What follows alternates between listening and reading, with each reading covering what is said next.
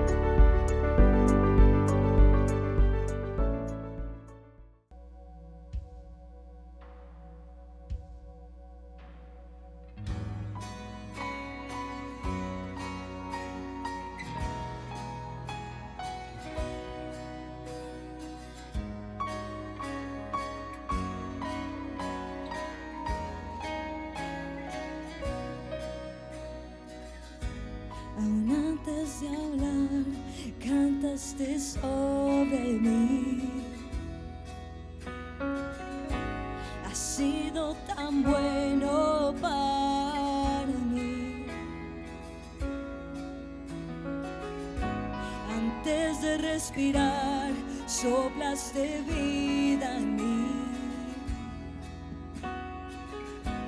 Has sido tan bueno para mí. Dilo, iglesia. Oh, tu amor me envuelve, me sostiene, amor sin condición. Me persigue y deja las 99 y va por mí. No puedo pagarlo ni merecerlo. Tu amor se entregó por mí. Oh, tu amor me envuelve, me sostiene, amor sin condición. Solo tu amor, solo tu amor me cambia, me renueva.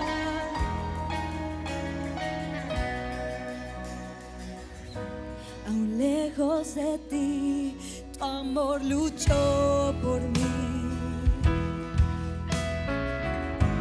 Has sido tan bueno para mí. Me diste valor, pagaste tú por mí. Vamos, dilo, iglesia.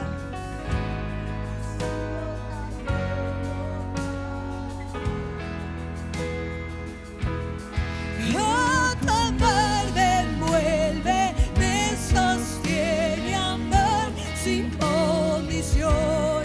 Me persigue y deja las 99 y va por mí.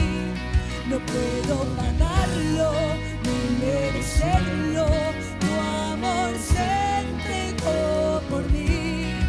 Oh, tu amor me envuelve, me sostiene, amor sin condición.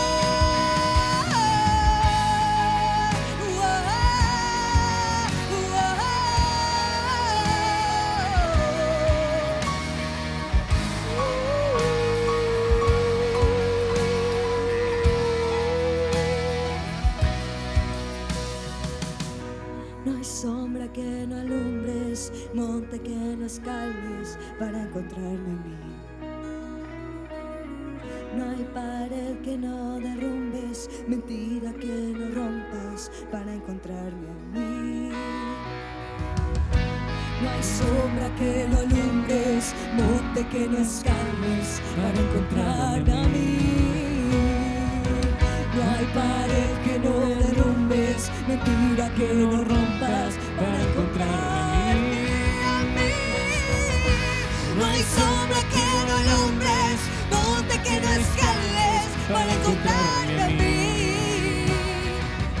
No hay pared que no derrumbes, mentira que no rompas para encontrarme a mí. No hay sombra que no alumbres, monte que no escales para encontrarme a mí. No hay pared que no derrumbes, mentira que no rompas para encontrarme a mí. Oh, tu amor me envuelve, me sostiene, amor sin condición. Me persigue y deja las 99 y va por mí. No puedo pagarlo ni merecerlo. Tu amor se entregó por mí. Oh, tu amor me envuelve, me sostiene, amor sin condición.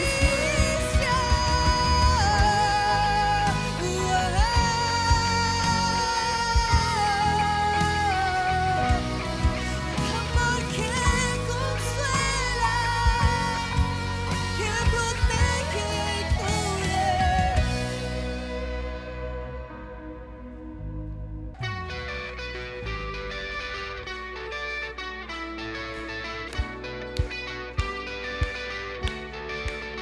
Tu palabra dice que aunque pase por el fuego no me quemaré, y si paso por las aguas no me ahogaré.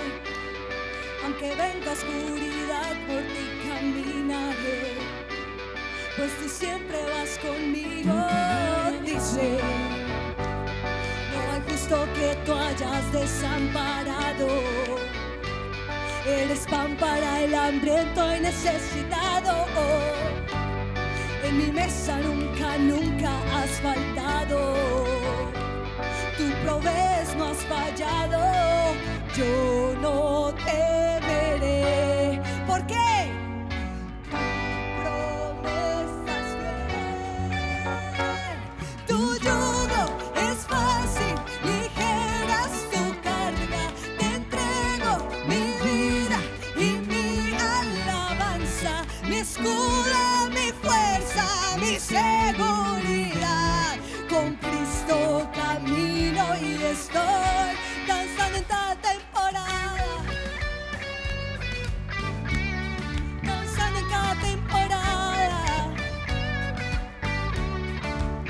Tu palabra dice que tú oyes el clamor del quebrantado.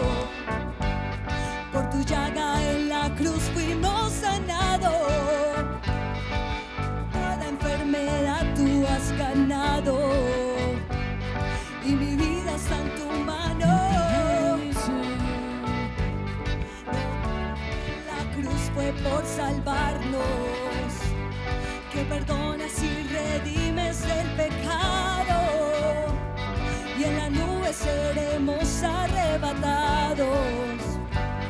Cara a cara te veremos, yo no temeré. Que se escuche, iglesia.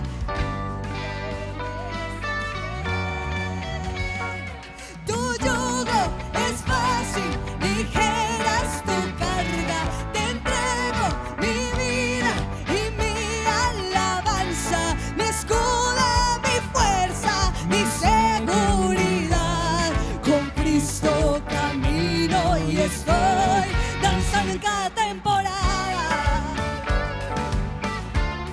danzando en cada temporada, danzando en cada temporada, danzando en cada temporada.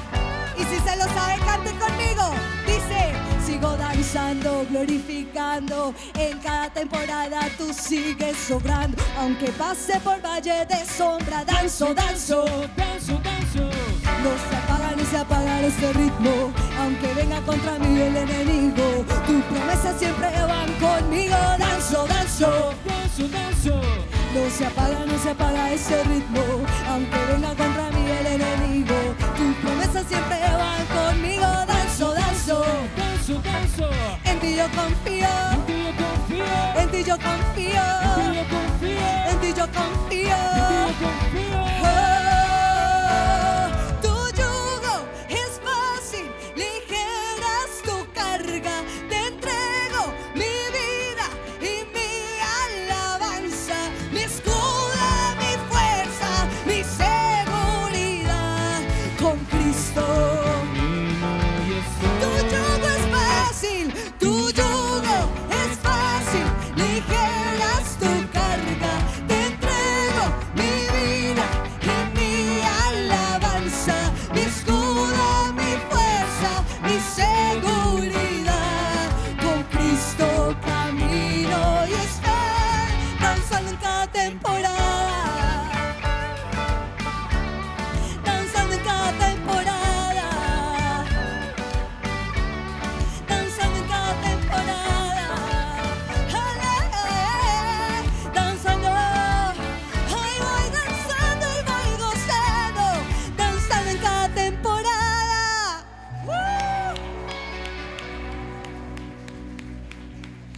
Te damos gracias, Señor, por esta nueva ocasión en que nos das la oportunidad de tocar, hablar de tu palabra nuevamente. Y por este mes, incluso el próximo mes, estaremos estudiando acerca del libro de los Hechos. Y pues vemos que el libro de los Hechos ocupa un lugar único en el Nuevo Testamento. Este libro forma un vínculo lógico entre los evangelios y las epístolas. Sería más difícil de pronto entender y leer las epístolas de Pablo en forma comprensible si no se contara con este libro de los Hechos, que pues nos da muchos antecedentes acerca de la obra de Pablo y pues nos permite asimismo entenderlo un poco más. El libro de los Hechos es un marco histórico para estas epístolas paulinas, pues en especial pues las epístolas dirigidas a las iglesias, no tanto a las pastorales. Y es la primera historia escrita que tenemos acerca de la iglesia, el nacimiento de la iglesia, y abarca un tiempo de aproximado de 30 años, entre el año 30 y al 60, al 62 después de Cristo aproximadamente. También sabemos que el autor de este libro es Lucas, el evangelista, aquel que también escribió el evangelio que lleva su nombre. Los dos escritos podríamos decir que forman un solo tratado, ¿sí? Podría englobarse en una sola historia, y los dos apuntan a relatar lo que Dios realizó a través de Jesucristo. Y el primer tratado o el primer libro, que es el Evangelio de Lucas, estaba más interesado o apuntaba más en todo lo que Jesús comenzó a hacer y a enseñar hasta el día en que fue recibido arriba en el cielo. Eso nos dice Hechos en sus primeros 2 versículos. Y el segundo tomo, que es el libro de Hechos, pues muestra lo que Jesús, el Cristo resucitado, continuó haciendo a través del Espíritu Santo y a través de la iglesia. Recordemos también que Jesús comenzó su ministerio terrenal después de que el Espíritu Santo descendió sobre él en su bautismo, y pues lo que empezó a predicar Jesús también pues fue el Evangelio. En Marcos capítulo 1 y versículos 14 y 15 leemos: después que Juan había sido encarcelado, Jesús vino a Galilea predicando el Evangelio, las buenas nuevas de Dios. El tiempo se ha cumplido, decía, y el reino de Dios se ha acercado. Arrepiéntanse y crean en el Evangelio. Y asimismo, el libro de los Hechos de los Apóstoles, Jesús nos recuerda que nada de su obra la podemos hacer sin su Espíritu. Él le dijo a sus apóstoles en los versículos 4 y 5 del capítulo 1 del libro de los Hechos, nos dice: y reuniéndolos les mandó que no salieran de Jerusalén, sino que esperaran la promesa del Padre, la cual les dijo: oyeron de mí. Porque Juan bautizó con agua, pero ustedes serán bautizados con el Espíritu Santo dentro de pocos días. Por tanto, pues debemos entender que toda obra espiritual es en realidad nada, o es una pérdida, sin haber recibido la promesa del Padre, el Espíritu Santo. En nuestra actividad en el mundo secular podemos ver que es de gran importancia nuestros estudios y nuestra experiencia.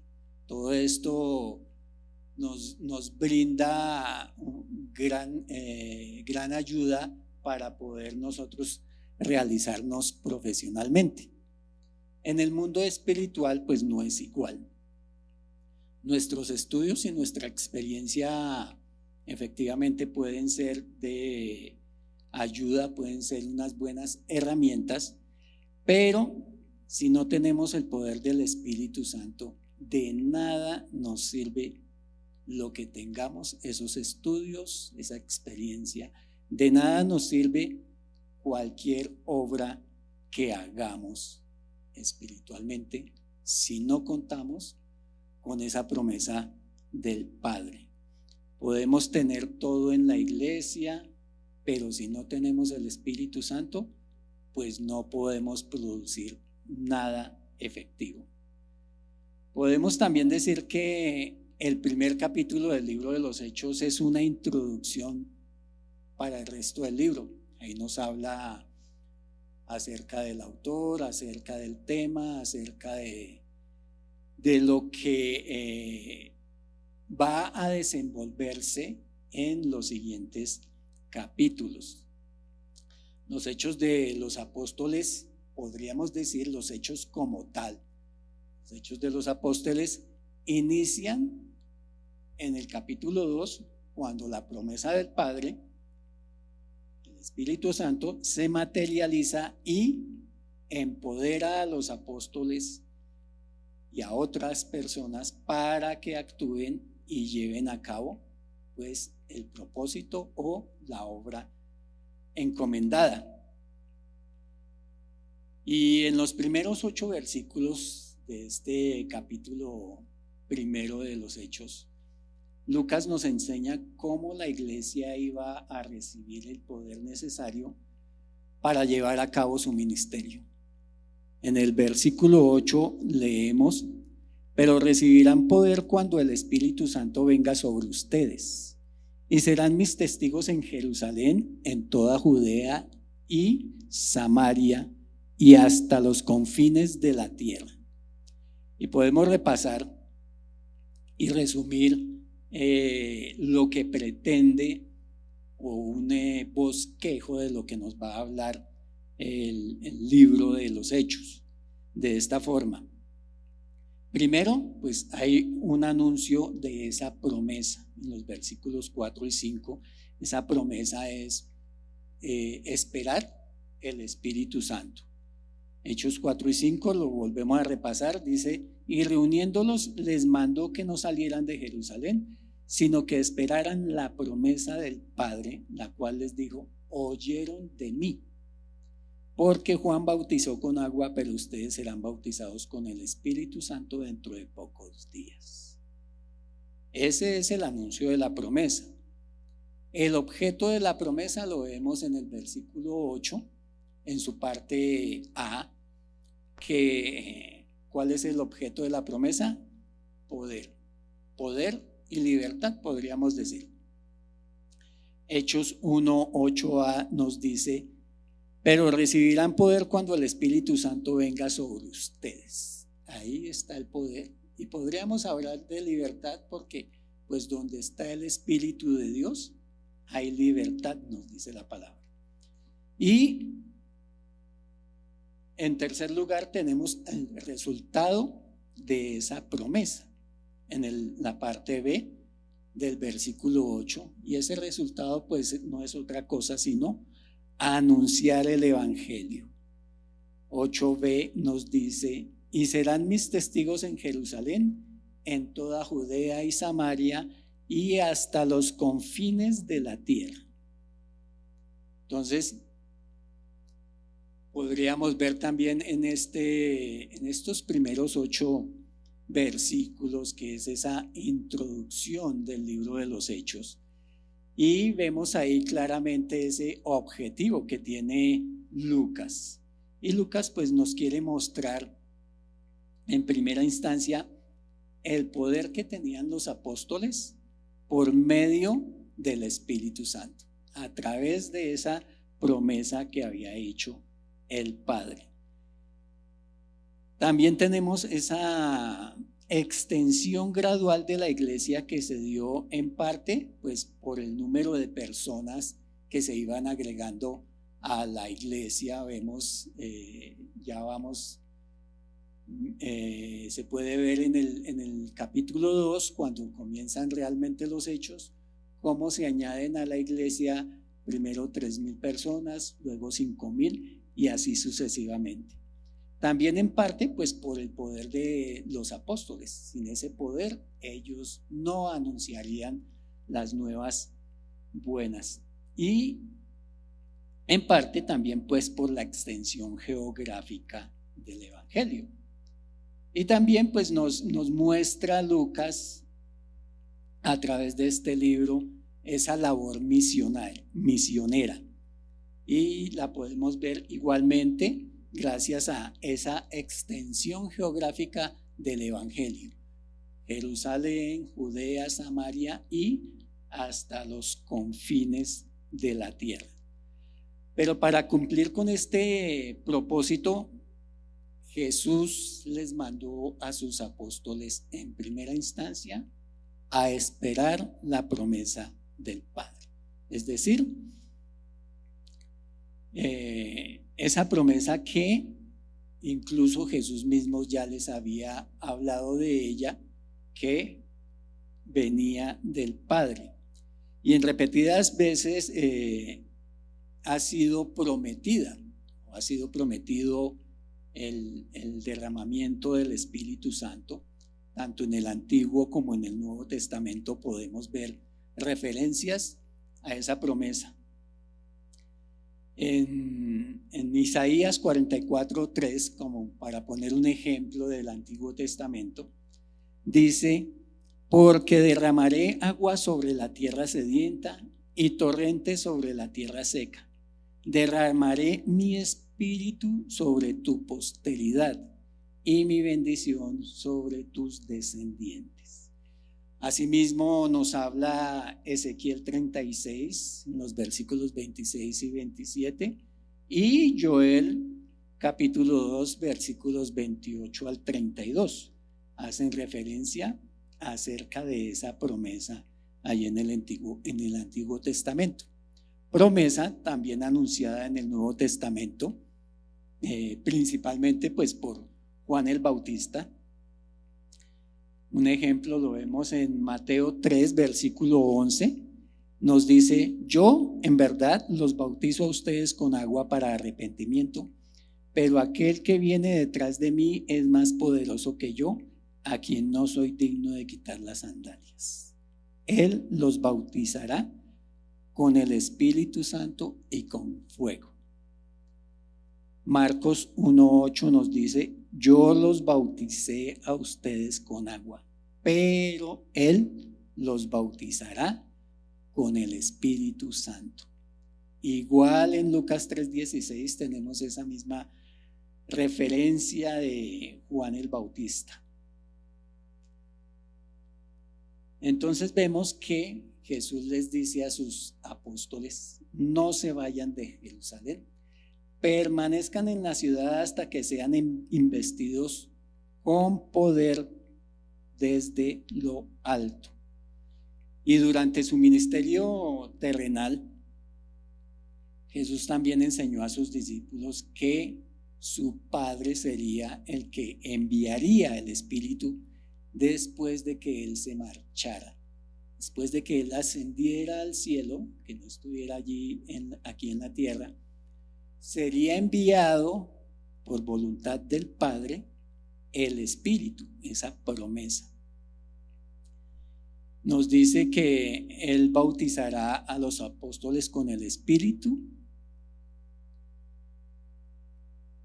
que Él nos dice que no sería Jesús quien bautizaría a los apóstoles con el Espíritu, sino que serían bautizados. Y Dios el Padre es el agente que implicado en todo este proceso. Es decir, que el Padre envía al Espíritu, así como el Padre envió a Jesús. Asimismo es el Padre el que envía al Espíritu Santo. Juan 14:26 nos dice: pero el Consolador, el Espíritu Santo, a quien el Padre enviará en mi nombre, Él les enseñará todas las cosas y les recordará todo lo que les he dicho. E igualmente Pedro hace alusión de que el Espíritu es enviado por el Padre. En Pentecostés, ya cuando llega el día de la promesa, nos dice Hechos 2:33. Así que, exaltado a la diestra de Dios y también recibido del Padre la promesa del Espíritu Santo, ha derramado esto que ustedes ven y oyen. Y vemos ahí que el libro de los Hechos, empezando ya el capítulo 1, nos hace mucho énfasis en ese bautismo del Espíritu Santo. Y ese énfasis pues lo hace como una cosa superior, una cosa mayor que ese bautismo en agua. Y pues nos da a entender también esa centralidad del libro de los Hechos. La centralidad es el derramamiento de esa promesa, el Espíritu Santo. La centralidad es que si bien son los hechos de los apóstoles, estos hechos, estos actos, todo lo que van a hacer los apóstoles, no es por sí mismos, sino que requieren del poder del Espíritu Santo. Sin el poder del Espíritu Santo, sin el bautismo del Espíritu Santo, no podrían haber hecho absolutamente nada, o no podrían haber cumplido con ese propósito que el Señor les había designado, es decir, básicamente la evangelización, llevar el evangelio a todas las naciones. Sin el bautismo del Espíritu Santo en la experiencia personal, pues no, de cada uno de los apóstoles, pues no habría un equipamiento verdadero para esa vida victoriosa y eficaz de ellos. E igualmente nosotros, si no tenemos nosotros el Espíritu Santo, el Espíritu de Dios, pues no estaremos equipados adecuadamente para llevar una labor espiritual. Podremos hacer cosas, pero pues no será una vida espiritual victoriosa y pues menos un servicio eficaz hacia Dios. Y el versículo 8 de este capítulo 1 pues es el versículo clave de este libro de los Hechos. Nos deja ver no solo el poder del Espíritu, sino también nos permite ver cuál es el programa de la Iglesia de Jesucristo. El poder pues es el poder del Espíritu Santo y el programa pues es la evangelización del mundo. Esa es la tarea, ese es el propósito que Jesús les deja a sus apóstoles y por supuesto el propósito o el programa que Jesús le deja a toda la iglesia en todas las eras o en todas las épocas de la humanidad. Y esa es una exhortación a nosotros como iglesias. Si una persona afirma ser llena del Espíritu, pero no se interesa en la evangelización ni en las misiones, pues en realidad está negando su profesión. Cuando el Espíritu Santo llena el corazón del hombre con su poder y con su presencia, pues genera en la persona la necesidad de llevar a cabo ese mandato de Cristo. La gran comisión pues no se puede realizar sin la presencia, sin la llenura, sin el bautismo del Espíritu Santo. En algún lugar de la carta a los Romanos, no recuerdo la cita, nos dice: pero si alguien tiene el Espíritu de Dios, si alguien no tiene el Espíritu de Dios, perdón, lo leemos otra vez. Pero si alguien no tiene el Espíritu de Cristo, no es de Cristo. Y en este contexto que nos dice el libro de los Hechos en su primer capítulo, pues podemos decir que esto significa que si no hay un interés en anunciar el evangelio de alguien que se dice que es cristiano, pues en realidad significa que no tiene el Espíritu de Dios. Y si no tiene el Espíritu de Dios, no es de Cristo. Si no es de Cristo, no es cristiano. Y como dije en el principio, este primer capítulo del libro de los Hechos es una introducción para comprender todo el libro. Entonces también podemos decir que el versículo 8 nos indica las tres principales divisiones del libro. ¿Qué vamos a ver en el resto del libro? Primero, como lo dice el versículo 8, el testimonio en Jerusalén. Y esto abarca los capítulos del 1 al 7. El testimonio en toda Judea y Samaria, los capítulos 8 al 12.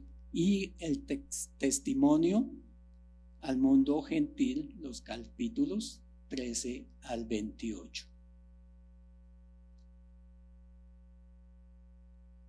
Tan pronto como recibieran el Espíritu Santo los apóstoles, ellos debían ser testigos de Cristo primero en Jerusalén, luego debían dividirse desde la capital hacia toda Judea, es decir, desde Jerusalén hacia el este del río Jordán, al sur de Hebrón y al oeste hacia el Mediterráneo. En el norte de Jerusalén estaba Samaria, y esta estaba habitada por personas que en parte eran judías y en parte eran gentiles. Si recordamos la historia de ellos, entendemos que eran una especie de raza medio pura, ¿sí? Y por ello mismo eran despreciados por los judíos de Judea y Galilea. Sin embargo, Jesús les manda a sus apóstoles a que vayan allá y evangelicen.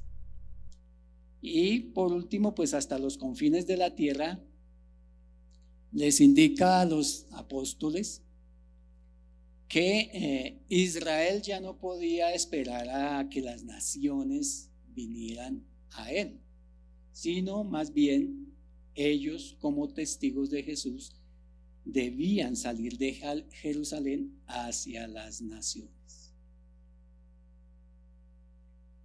Por tanto, pues la iglesia siguió ese lineamiento dado por el Señor en este libro de los Hechos, como nos narra el libro de los Hechos.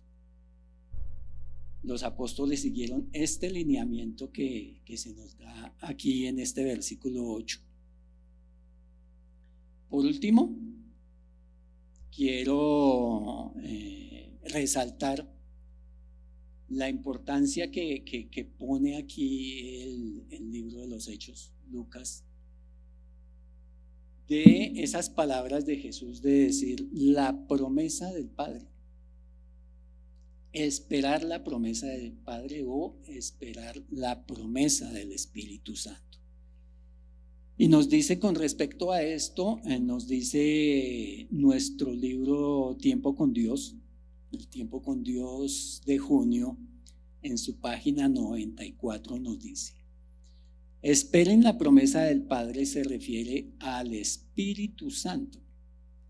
Cuando haya venido el Espíritu Santo de la promesa, los discípulos serán bautizados con el Espíritu Santo, purificándose de sus pecados.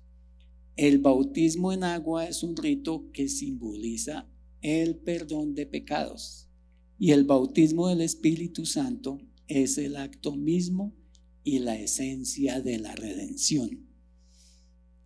Esa es la importancia de esa promesa dada por el Padre. ese Espíritu Santo. El bautismo en agua, eso es universal. Eso no es único ni de los judíos ni de los cristianos. El bautismo en agua no se originó con Juan el Bautista. Esa inmersión en agua, ese bautismo fue practicada muchos siglos antes, y usualmente era como un rito de purificación, y podemos decir que todas las religiones lo tienen de una o de otra forma. Las religiones consideran el agua como ese elemento purificador, y pues asimismo en muchas religiones esas abluciones o esos baños sagrados han sido frecuentes como símbolo de esa purificación o como símbolo de nacimiento a una nueva vida. Por ejemplo, en el hinduismo el agua tiene poderes de purificación. Ellos lo hacían sumergiéndose en el río Ganges para lavar sus culpas. En el Islam, el agua se utiliza para purificar al creyente durante abluciones anteriores a la oración. Y en el judaísmo podemos ver también que en el libro de Levítico hay varias referencias a estas purificaciones a través del agua. En los cultos en los que nos habla el libro de Levítico, a los sacerdotes se les obligaba a observar una serie de lavamientos antes de efectuar sus sacrificios. Algunas veces lavaban sus vestiduras antes de ejercer cualquier oficio, y otras veces lavaban su cuerpo entero. Esto lo podemos ver en Levítico 11, versículos 32 y 40, y en Levítico capítulo 14 y versículo 8. Entonces vemos ahí que como nos lo dice nuestro TCD, el bautismo en agua es un rito que simboliza el perdón de pecados.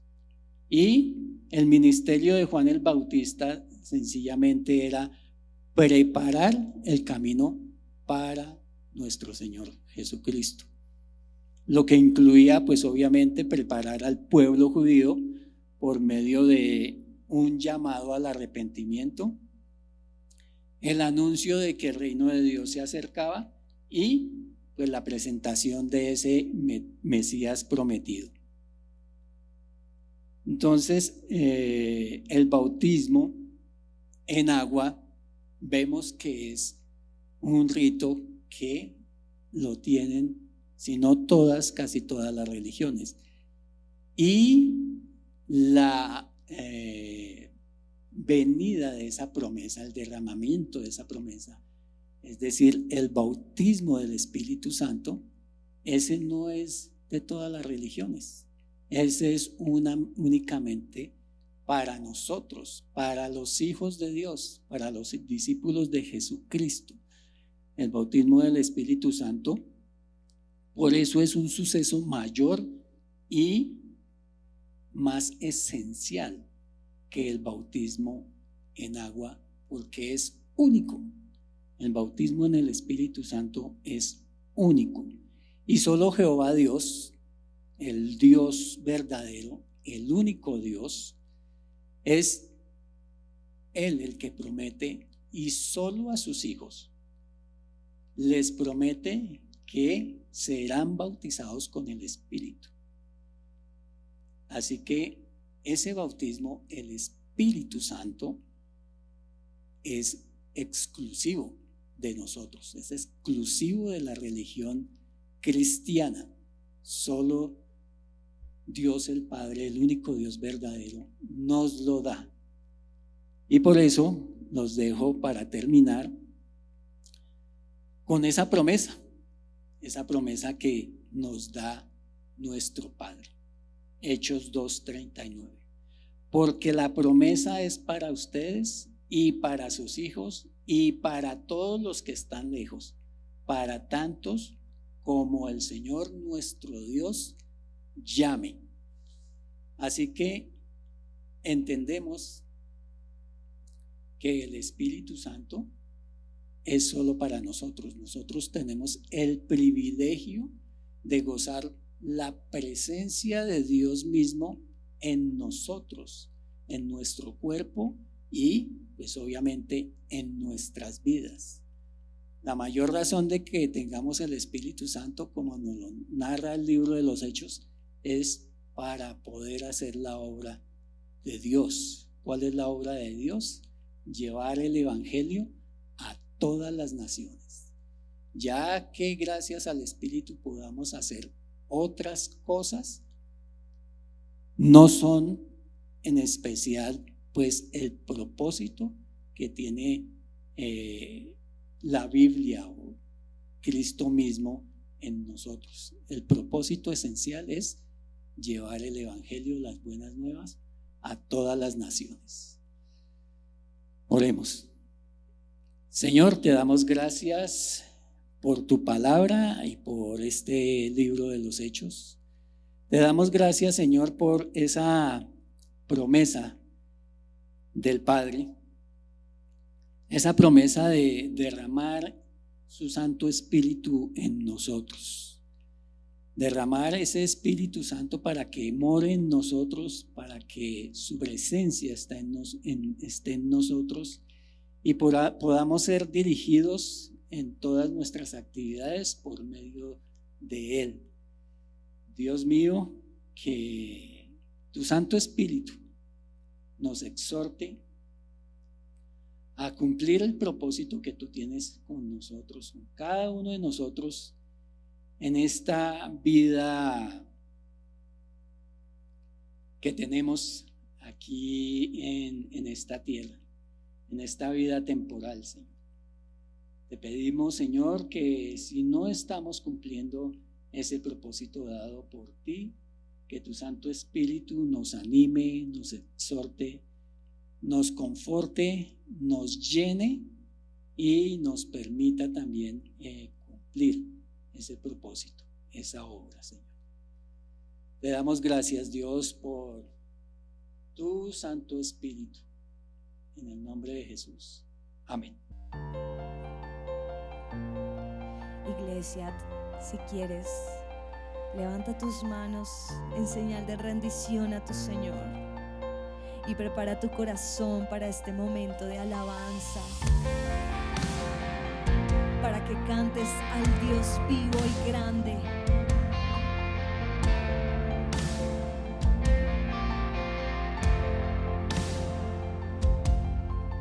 Aunque pase el tiempo, sé que tu promesa cumplirás. Nada en ti se perderá. Dilo con fe. Esa es mi seguridad.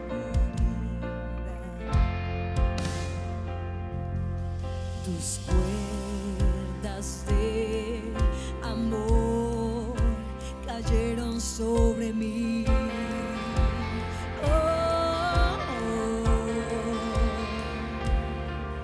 Tus cuerdas de amor cayeron sobre mí.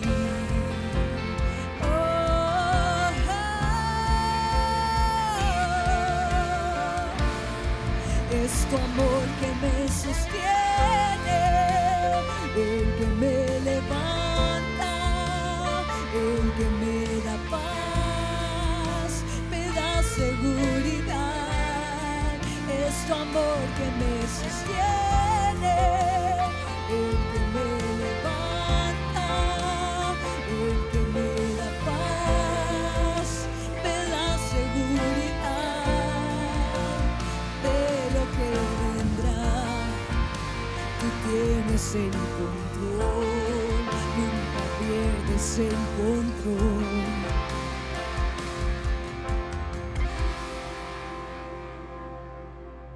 escucho el eco de tu voz resonando en mi interior. Tus palabras me sostendrán.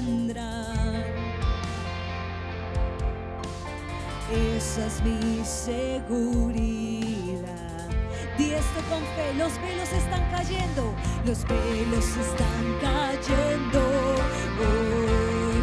Y yo puedo ver con claridad.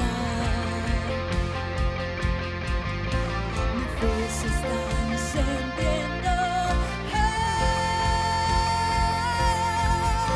Y hoy me vuelvo a levantar. Es tu amor que me sostiene, el que me levanta, el que me da paz, me da seguridad. Es tu amor que me sostiene, el que me levanta, el que me da paz, me da seguridad de lo que vendrá. Tú tienes el control, nunca pierdes el control.